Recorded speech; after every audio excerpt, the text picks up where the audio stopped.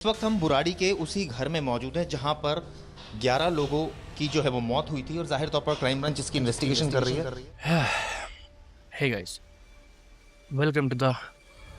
अगर मैं आपको एक बात बताऊं, सोचो एक घर के 11 लोग एक ही तरीके से मृत मिले। ना कोई जोर जबरदस्ती किसान, ना कोई बाहर से आया हुआ कातिल। क्या आप मानते हो अंधविश्वास किसी इंसान को मौत तक ले जा सकता है? अगर हाँ, तो यह केस आपको सोचने पर मजबूर कर देगा। आज हम बात करने वाले हैं इंडिया के सबसे डिस्टर्बिंग केस में से एक, द बुराड़ी डेथ केस। 1 जुलाई 2018 की सुबह जब पड़ोसी जॉगिंग के लिए निकले तो उन्होंने नोटिस किया कि जो दुकान सुबह 6 बजे खुल जाती थी वह अभी तक नहीं खुली थी। तो पड़ोसियों को थोड़ा सा डाउट हुआ। पड़ोसियों ने जब जानना चाहा कि यह दुकान अभी तक क्यों नहीं खुली है तो वह घर की तरफ बढ़े तो उन्होंने नोटिस किया जो गेट अंदर से बंद होना चाहिए था वो पहले से खुला हुआ था। उनको थोड़ा डाउट सा हुआ। जब उस घर का गेट जब उन्होंने खोला तो अंदर का दृश्य देख के वह चौंक गया। उन्होंने अंदर देखा कि घर की छत से 10 लोग फांसी के फंदे से लटके हुए थे। सबके हाथ पीछे बंधे हुए थे, आंख और कान पे पट्टी बंधी हुई थी, मुंह पे टेप लगी हुई थी। सबसे चौंकाने वाली बात यह है कि जो घर की बुजुर्ग महिला थी वह घर के बगल वाले कमरे में जमीन पर मृत मिली। उनके गले में एक फांसी का फंदा था जिसका एक सिरा बेड के पाए से बंधा हुआ था, जिसको देख के पड़ोसियों ने तुरंत पुलिस को इन्फॉर्म किया। पुलिस कुछ ही देर में वहां पर पहुंच गई। पुलिस के आते ही घर के चारों तरफ काफ़ी भीड़ इकट्ठी हुई। पुलिस ने जब अपनी इन्वेस्टिगेशन स्टार्ट की तो सबसे पहले उन्हें यह लगा कि यह केस मास सुसाइड है। जब धीरे धीरे पुलिस की इन्वेस्टिगेशन आगे बढ़ी तो उनको वहां पर कुछ डायरियाज मिली। उन डायरियों में स्पिरिचुअल्स लिखे हुए थे जिनको पढ़ के वह यह समझे कि यह केस साइकोलॉजिकल कंडीशन का केस है। उस घर में भाटिया परिवार रहा करता था। भाटिया परिवार बेसिकली राजस्थान के चित्तौड़गढ़ इलाके से बिलोंग करते थे। भाटिया परिवार को वहाँ पर रहते हुए काफ़ी साल हो गए थे। दिल्ली में वह सन 1989 में संत नगर बुराड़ी गली नंबर 4 में शिफ्ट हुए थे। भाटिया परिवार को तकरीबन 20 साल हो चुके थे दिल्ली में रहते हुए। उनका कारोबार अच्छा खासा चल रहा था। भाटिया परिवार में 11 लोग रहा करते थे। घर में सबसे बुजुर्ग महिला नारायणी देवी थी, जो कि अपने बेटे और बहुओं के साथ में हंसी खुशी रहा करती थी। नारायणी देवी के 2 बेटे थे। बड़े बेटे का नाम भुवनेश भाटिया, भुवनेश भाटिया की वाइफ सविता भाटिया। भुवनेश और सविता के 3 बच्चे थे, नीतू, मोनिका, ध्रुव। नारायणी देवी का छोटा बेटा ललित भाटिया, ललित भाटिया की वाइफ टीना भाटिया। गाइस, ये जो ललित भाटिया नाम है, आप इस नाम को याद रखना क्योंकि ये जो केस है यह पूरा ललित भाटिया के अराउंड ही घूमेगा। उस घर में नारायणी देवी के साथ उनकी विधवा बेटी प्रतिभा, जो कि अपनी बेटी प्रियंका के साथ रहा करती थी। प्रियंका की कुछ दिनों पहले सगाई हुई थी। भाटिया परिवार में सबसे सीनियर भोपाल सिंह भाटिया थे, जो कि नारायणी देवी के हस्बैंड थे। भोपाल सिंह भाटिया का 2007 में निधन हो जाता है, जिसका असर सभी परिवार पर, स्पेशली ललित पर पड़ता है। ललित अपने फादर के बहुत करीब होता है। ललित एक साधारण सिंपल इंसान था। अपने काम पे जाना और अपने काम से सीधा घर पे आना। गली में सबसे ज़्यादा बोलचाल ललित का ही था। ललित के साथ 2004 में एक इंसिडेंट हुआ था। वह अपने प्लाईवुड की शॉप में काम कर रहा होता है, जहाँ पर उसके सर पे कुछ भारी प्लाईवुड्स की लकड़ियाँ गिर गई थी, जहाँ पर उसको काफ़ी अंदरूनी चोट आई थी। वह इस इंसिडेंट के बाद ट्रांस कंडीशन में चला गया था।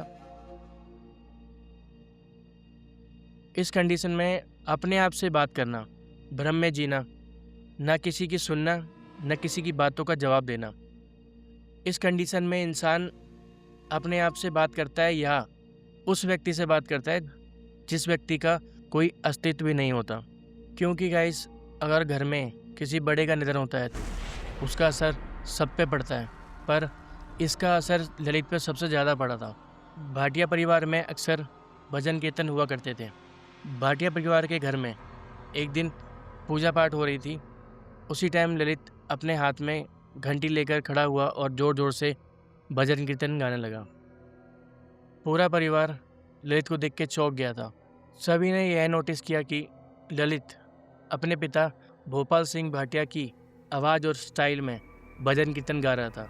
भाटिया परिवार बहुत खुश था क्योंकि ललित के रूप में उनके पिता भोपाल सिंह वापस आ गए थे। ललित ने अब डायरियाँ लिखना स्टार्ट कर दिया था, जो कि वह घर वालों को यह बताता था कि यह सारी डायरियाँ ललित के पिता भोपाल सिंह द्वारा लिखी गई थी, जिसमें घर की दीवारों पर 11 पाइप्स होने चाहिए, घर के गेट पर 11 सरिये होने चाहिए, कौन कब और क्या खाएगा, घर वाले कब और क्या खाएंगे।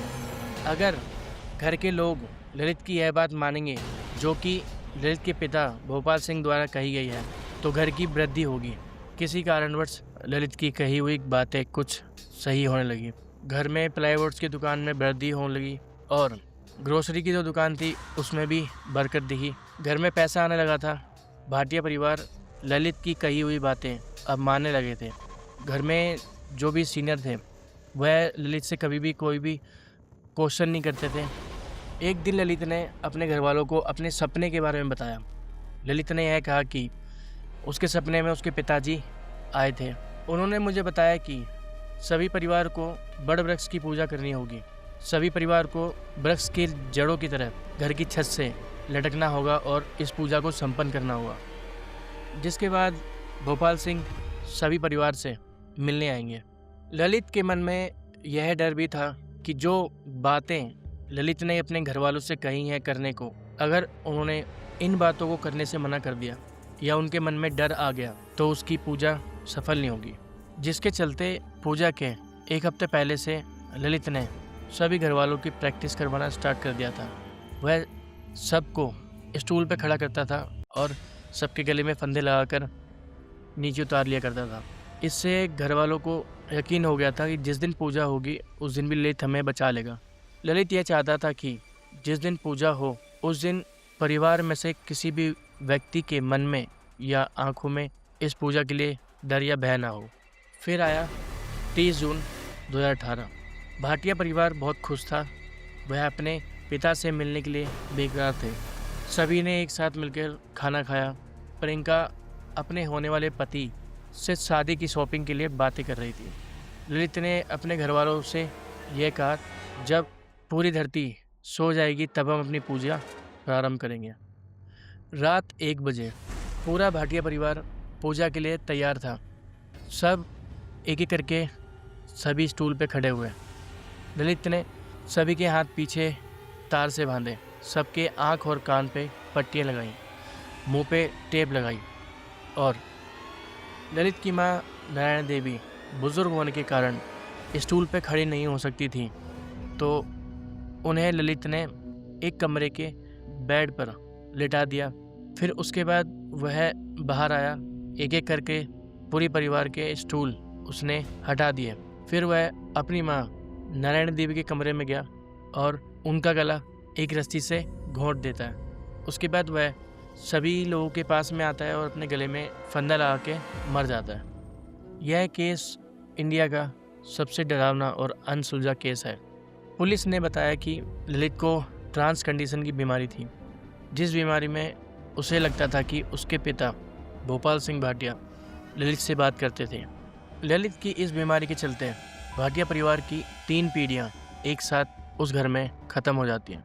गाइज, अगर ये मेरा ओपिनियन है कि अगर ललित का जो एक्सीडेंट हुआ था उस एक्सीडेंट का इलाज वह टाइम पर करवा लेता तो शायद भाटिया परिवार आज इस दुनिया में होता। मैं बिलीव करता हूँ कि आप अपने क्लोज वन और अपने पेरेंट्स का ख्याल रखेंगे।